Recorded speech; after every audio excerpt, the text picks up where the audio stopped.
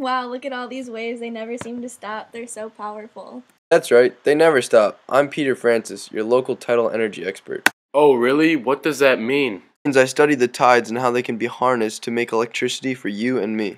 Really? We can get energy from the water flowing in and out of the sea? Yes, really. Follow me. So let's talk about how tidal power started. Tidal energy is one of the oldest forms of energy. Tide mills were used on the Spanish, French, and British coasts, which date back to 787 AD. Tide mills consisted of a storage pond filled by the incoming tide through a sluice and emptied during the outgoing tide through a water wheel. In 787, we didn't create any electricity using tides for the first time in history. Humans were able to harness the perpetual power given off by the tides. I never knew humans had done that before. Pretty amazing, right? So now that you know how tidal power started, do you want to know how it works? Yeah, tell us. Alright, here's a video that can tell you more. 3, 2, 1! The future of hydropower will come from the sea.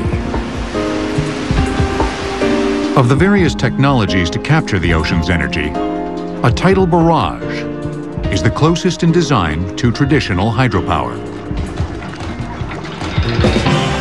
The barrage is essentially a dam, collecting water from high tide until there's sufficient potential energy for power generation, then forcing the water through turbines when released during low tide.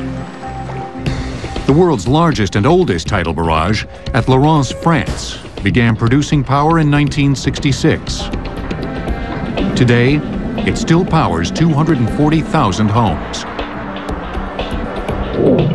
A more recent technology known as tidal stream power uses propeller-like turbines to capture the kinetic energy of underwater currents. And that's one that we could do in all manner of places because the tidal flow, of course, takes place everywhere on Earth. And harvesting those could be done quite well and doesn't even have to be at the surface. The issue, though, is that the marine environment's pretty tough to deal with. There's corrosion, parts being banged back and forth. Often the cost of managing those in terms of repairs can be quite large. But we're seeing new work on that. Much of the work is taking place in the British Isles, where companies such as Marine Current Turbines are thinking big, sinking massive pilings into the ocean floor and letting the turbines do their work. And the amount of energy you get out of a turbine is proportional directly to the density of the fluid that flows back and forth. And so a water turbine has several hundred times the power of an air turbine.